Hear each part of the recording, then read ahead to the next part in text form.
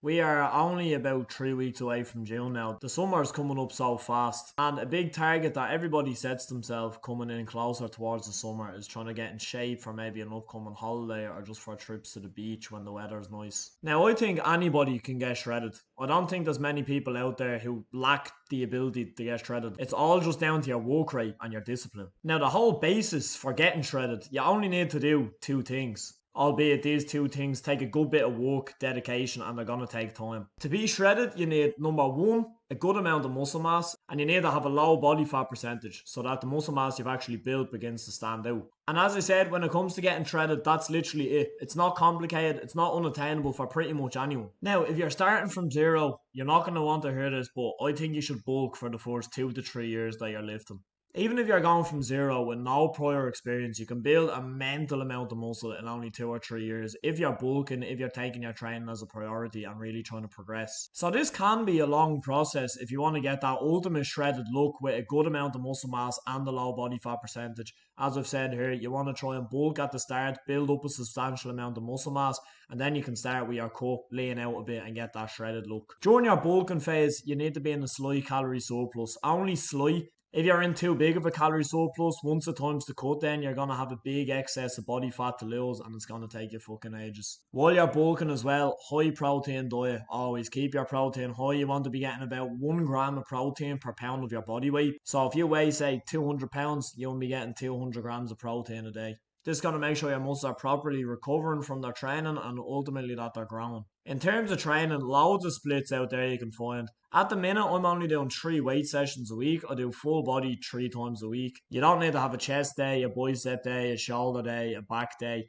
Space them out a little. Train each muscle group 2 or 3 times a week, depending on how much volume you're doing in each workout. And always focus on the progression. You want to be building that weight up over time. If you can't build up the weight, you try and get an extra rep from session to session. When you're only starting to lift, it should be fine being able to go up and weight pretty much every session.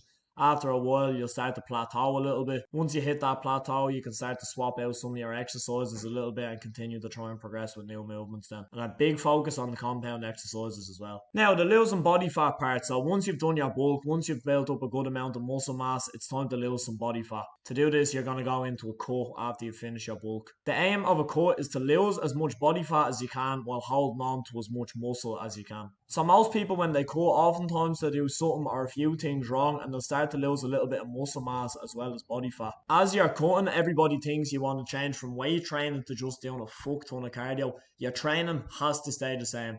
Stick with your same workouts weight-wise, and then you can throw in extra cardio and try and bump up your steps as well.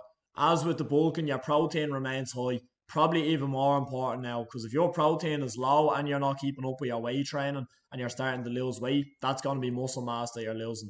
Keep the protein high, keep your sleep good, keep up your weight training, and you're going to make sure it's all fat that you're losing and you're holding on to your muscle and maybe even building some new muscle tissue. The biggest difference between a cut and a bulk: with a cut, you want to be in a calorie deficit. When you're bulking, obviously, as I said before, you're going into a calorie surplus.